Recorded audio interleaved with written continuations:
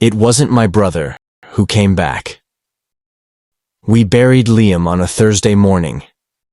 It rained the entire day, like the sky itself was grieving. My parents stood silent by the closed casket. The accident had been brutal. They said his body was too damaged to view. But I didn't understand. Liam was only 19. Strong, bright. The kind of person who lit up any room. But that day, everything felt wrong. The casket was too light. The air too cold. And when the priest spoke Liam's name, it echoed like it didn't belong to anyone anymore. That night, I couldn't sleep. I kept looking at his empty bed across the room. He used to snore, kick the covers, talk in his sleep. But now, just silence.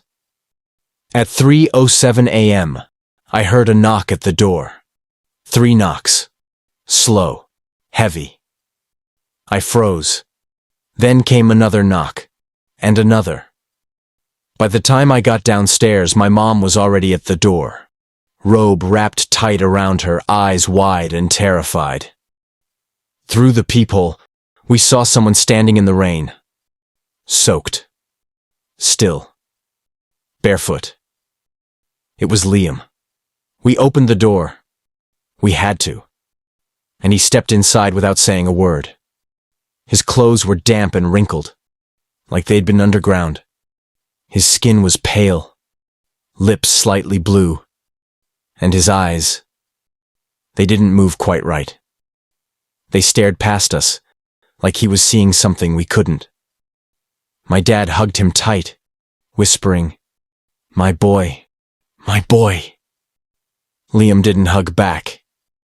He only whispered, "They buried me wrong." Then walked upstairs and lay on his bed, eyes open, silent. For the next few days we tried to explain it. Shock, amnesia, PTSD. But he didn't act like Liam. He never ate, never used his phone, never even looked at us unless we spoke to him directly. Sometimes, we'd catch him talking to himself, low and fast, in the attic. One night, I pressed my ear to the door. I heard his voice, and another one, darker and distant, like something was whispering through him. Then he said, "She knows I'm not him. We have to take her next." The floor creaked behind me. He was standing there, smiling. I tried to tell my parents. They got angry, said I was traumatized, accused me of being cruel. But I wasn't imagining things.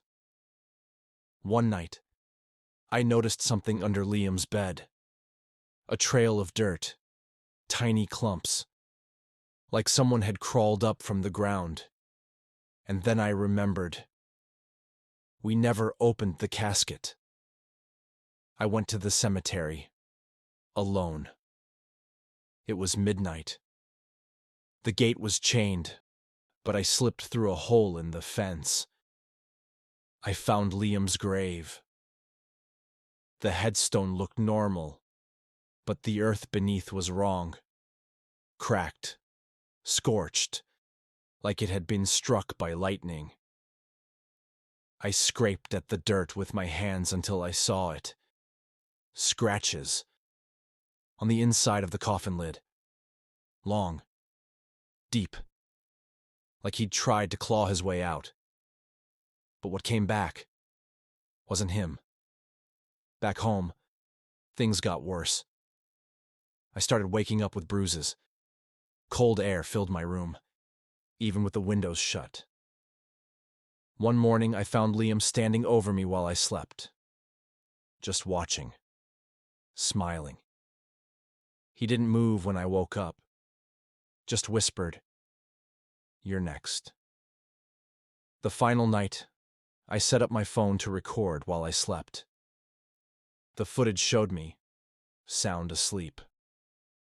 But in the mirror across the room, my reflection was standing, staring directly at the camera, smiling, not blinking. And Liam? He wasn't in bed anymore.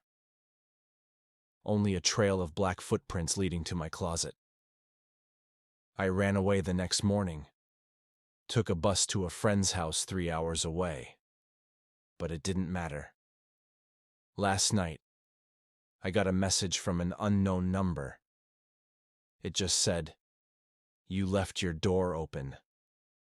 I turned slowly, and in the reflection of the TV screen, muted, glossy, dim, I saw Liam, grinning, standing behind me. He's still out there, wearing my brother's face, pretending to be him, and no one believes me. But every time I see a mirror, I see him. And I wonder how long before he gets tired of pretending and comes for me to finish what they started.